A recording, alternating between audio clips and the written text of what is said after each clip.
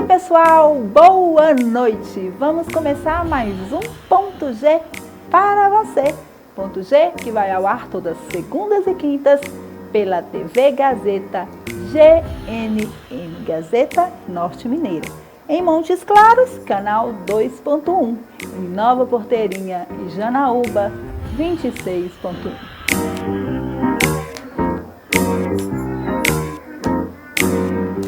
De frente com a Lemarques, teremos hoje a entrevista com o advogado Raoni Borges. Confira com a gente.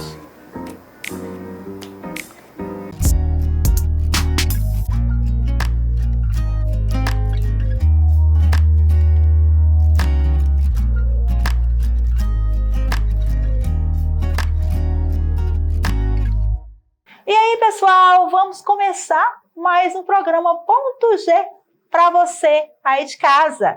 Hoje, aqui comigo na TV Gazeta, o advogado Marcel Raoni. Ele que veio nos falar sobre aposentadoria, auxílio-doença, tema que com certeza vai ser bem interessante para você aí de casa. O nosso boa noite. Boa noite, Alessandra Marques. Agradeço o convite em apresentar uma temática tão importante com as devidas alterações legais. E o pessoal de casa precisa estar se atualizando a essas novas propostas legais para se aproximar, né, de seus direitos.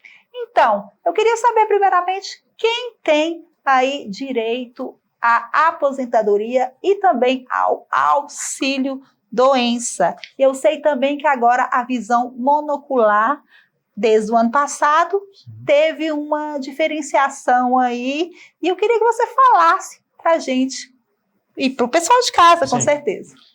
Auxílio-doença, hoje, né, também conhecido como benefício incapacitante temporário, é um dos benefícios mais importantes que o INSS oferece para a sociedade, porque é ele que vai garantir, né, o sustento econômico do trabalhador quando tiver algum tipo de doença.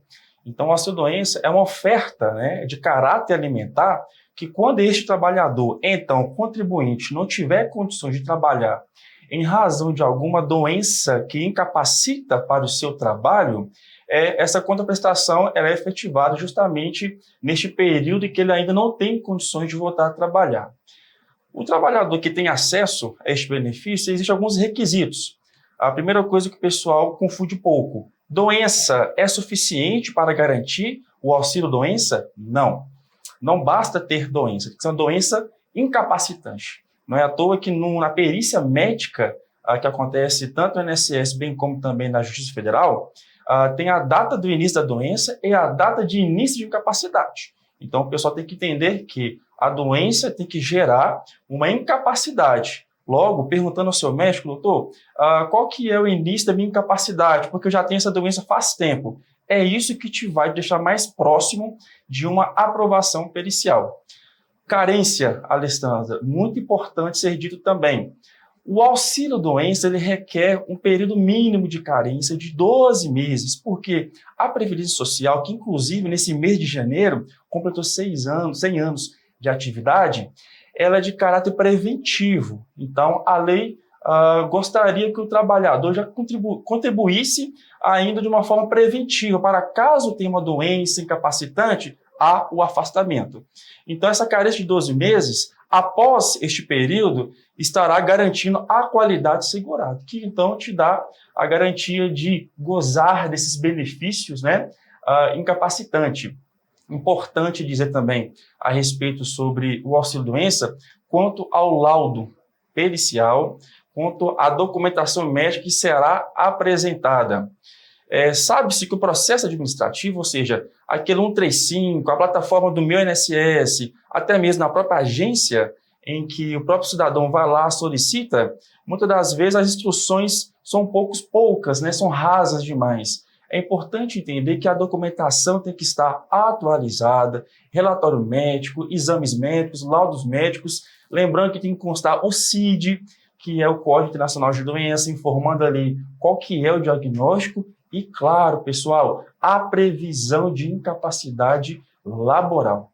Essa previsão que vai concluir, de fato, a possibilidade da concessão do benefício ou não. Informação também pertinente é entender que existe uma diferença de afastamento da empresa por conta da doença incapacitante e o afastamento do INSS.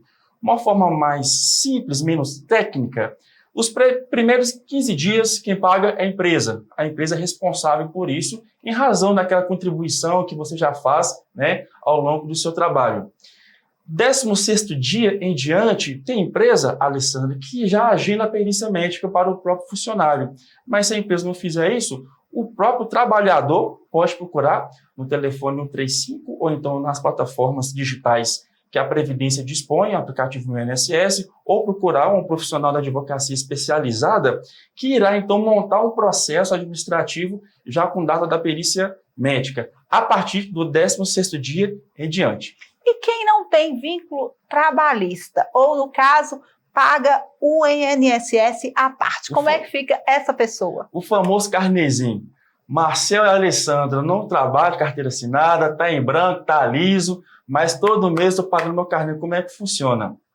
As regras basicamente são as mesmas, só vai diferenciar esses 15 dias que não vai ter. Então, a contribuição à carência se permanece, ainda exige o mesmo período de carência, mas então não há necessidade de solicitar alguma entidade os 15 primeiros dias de afastamento, não. Já pode ir direto no 135, nas plataformas digitais, procurar um advogado especializado, que este também tem o mesmo direito de acessar as perícias, assim como os trabalhadores de carteira assinada. Vamos falar um pouquinho aí das doenças que fazem uso desse benefício?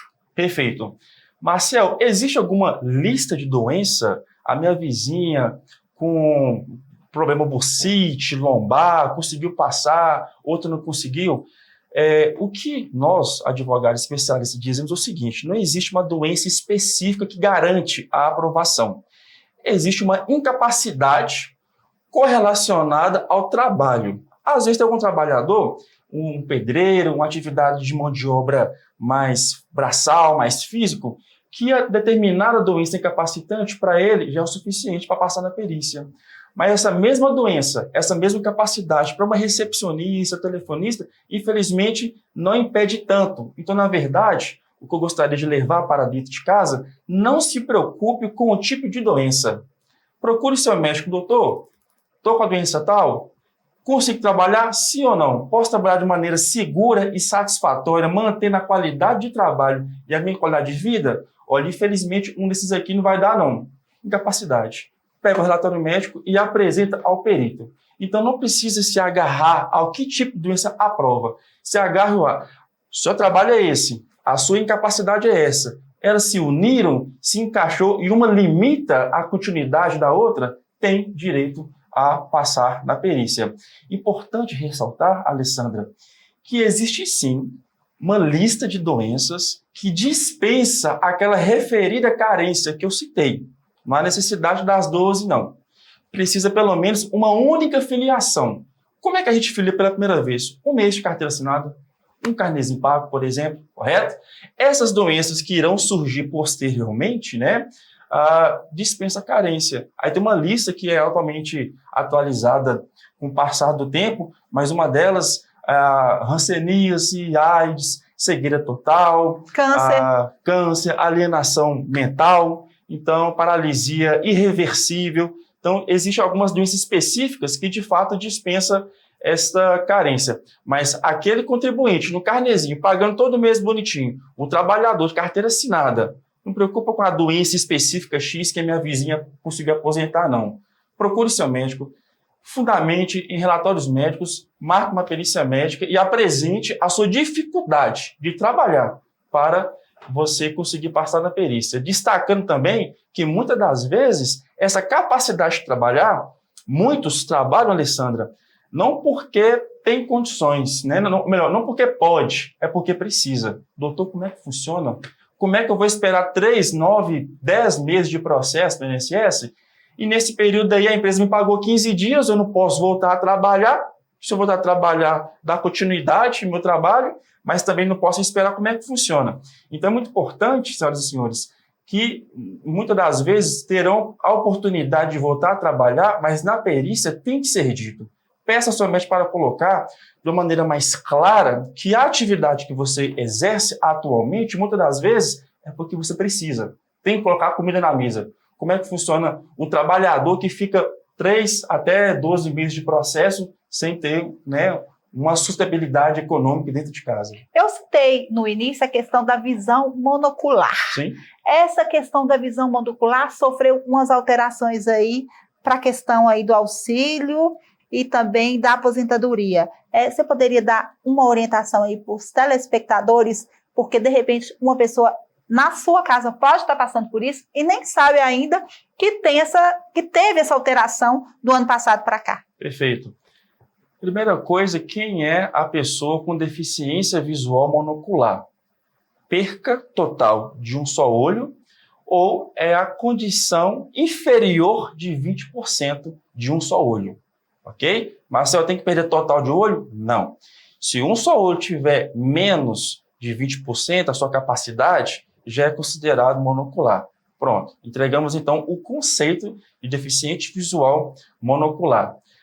Antes de 2021, que é a lei que chegou no primeiro semestre, jurisprudencialmente falando, ou seja, os juízes, né, espalhados pelo Brasil todo, alguns já entendiam que, de fato, deveria ser considerado pessoa com deficiência, mas, via de regra legal, não era.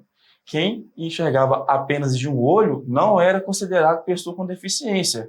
Era muito ruim porque não trazia, né, todos os efeitos legais destinados à pessoa com deficiência, então quem era cego de um olho não tinha este acesso. A partir do momento, primeiro semestre de 2021, a lei foi editada, já está em vigência. Marcel, agora que tem uma lei que reconhece que o trabalhador ou não trabalhador com deficiência visual monocular é garantido os direitos da pessoa com deficiência, qual que é a diferença? Qualquer direito destinado à pessoa com deficiência, a pessoa de visão monocular também tem direito. Quais, por exemplo, vou manter a temática aqui, como, por exemplo, a contribuição de tempo, né, para o trabalhador deficiente é diferente daqueles que não têm deficiência. É uma contribuição reduzida, vai ser avaliado se é leve, média, leve, moderada ou grave, correto? Então, é um dos encaixes que pode colocar. O que mais, Marcel? Que agora que a lei foi reconhecida, que eu posso ter direito. Lembra que eu disse que o trabalhador cego de um olho ou não trabalhador? Porque tem também o famoso BPC, Benefício de Prestação Continuada, popularmente conhecido como LOAS, que é aquele benefício ao deficiente que não tem condições de contribuir. E o Estado dá o direito de um salário mínimo. Posso pedir? Pode, também pode pedir. Somar a doença, deficiência, no final a incapacidade de executar o seu trabalho, também lhe dá direito.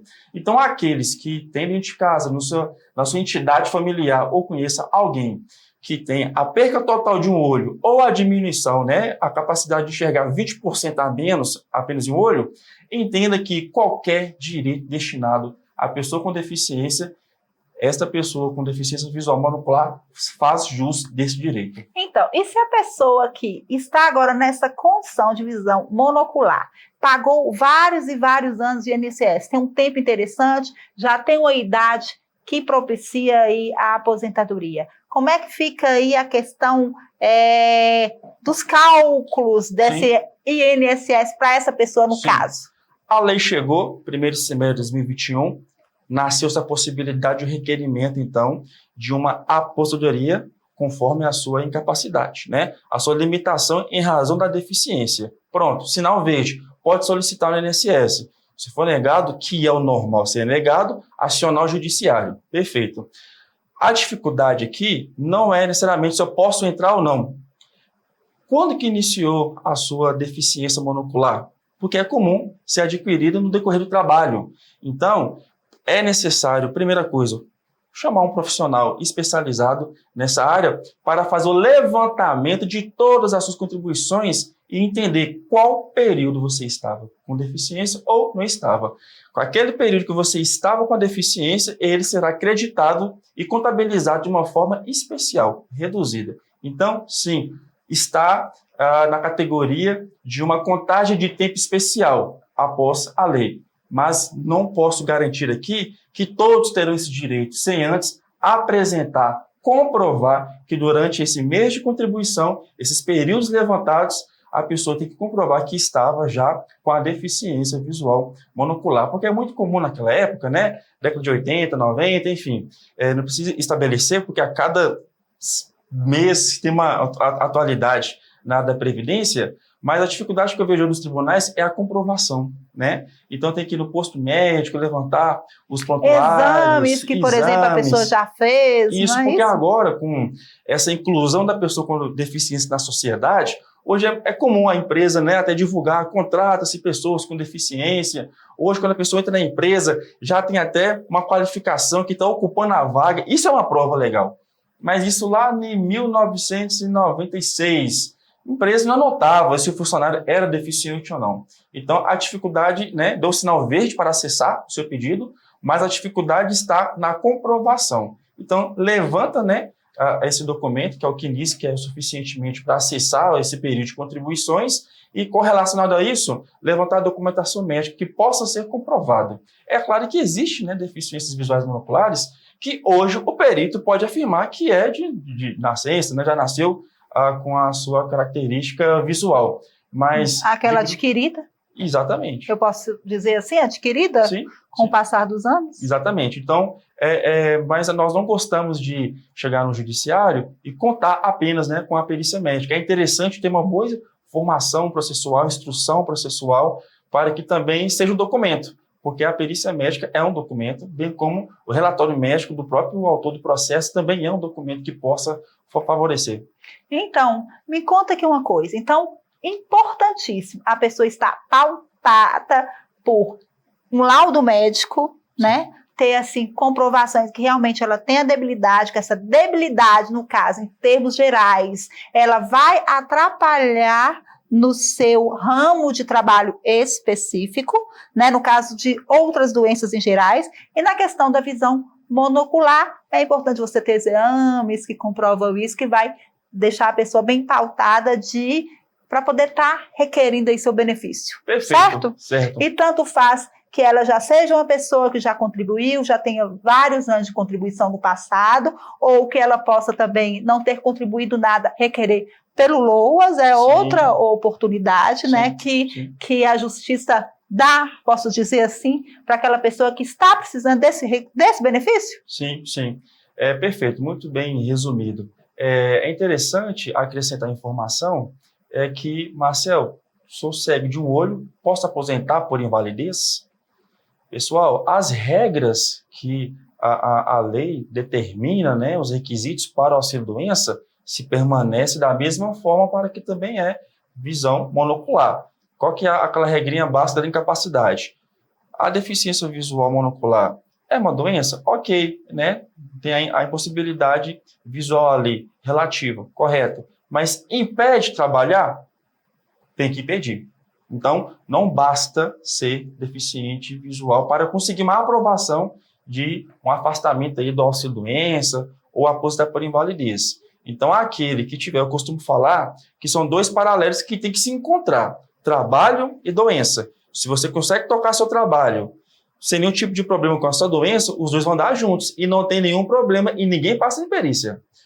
O que tem que acontecer para passar em perícia? Eles têm que se encontrar. Se encontrou, um não vai. Eu não consigo tratar por conta do meu trabalho e eu não consigo trabalhar por conta da minha deficiência. Então, eu posso dar um exemplo. Eu trabalho dirigindo. Eu sou Uber e estou com a debilidade nas pernas. Isso atrapalha a minha condição de Uber. Perfeito. Para trabalhar. Perfeito. Da mesma forma, se esse mesmo diagnóstico fosse para um profissional da advocacia, que não requer tanta mobilidade, né, dos membros inferiores, em razão que a gente trabalha no computador e tudo mais, penso que a avaliação pericial seria diferente.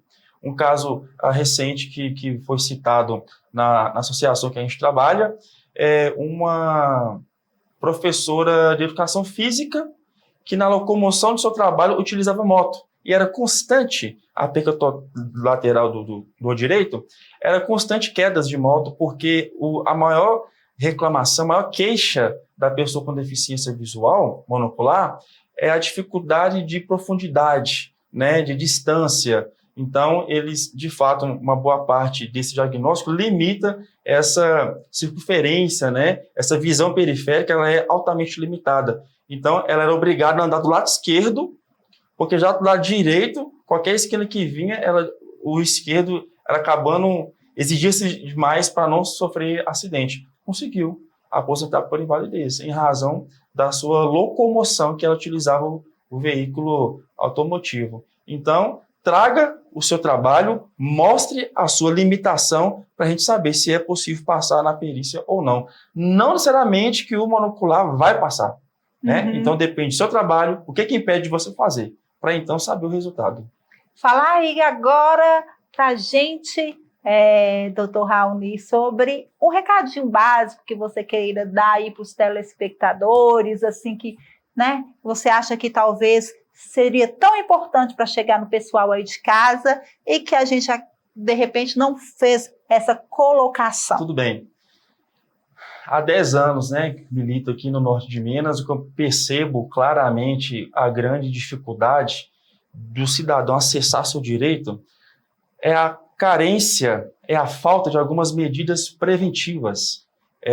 Então, quando surgir uma necessidade, né, de procurar a INSS, de até mesmo ir até um médico para solicitar um documento médico, para depois levar, né, ao conhecimento do perito, isso acaba, muitas das vezes, atrapalhando, né, o acesso desse direito. Porque não basta, né, ter a realidade de vida, levar a história para uma sala de perícia e contar que o perito vai te escutar e entender a sua dor, a sua dificuldade. O perito, por mais que ele queira, ele precisa documentar.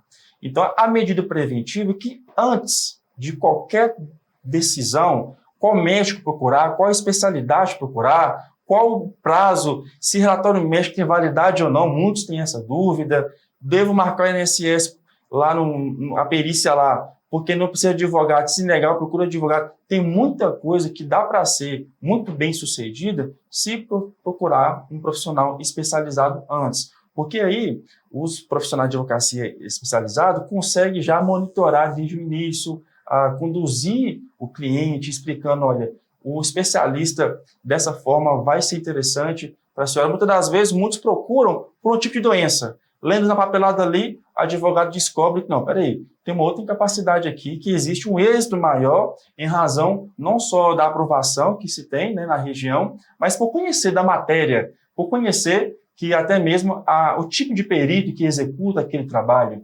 Então, o meu recado para você em casa que precisa de um acesso previdenciário, seja qual for, antes de qualquer decisão, procure um profissional especializado para que, então, monte desde já, de forma preventiva, todo o caminho processual, uma boa instrução. Eu tenho certeza que o acesso do seu direito será mais curto.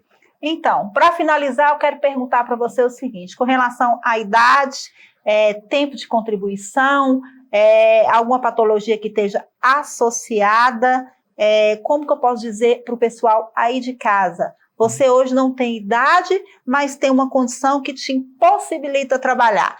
Então, você, de repente, pode ser uma pessoa que receba aí o auxílio doença. De repente, você possa já aposentar, independente da idade, que não está na idade que a lei, né, de contribuição determina?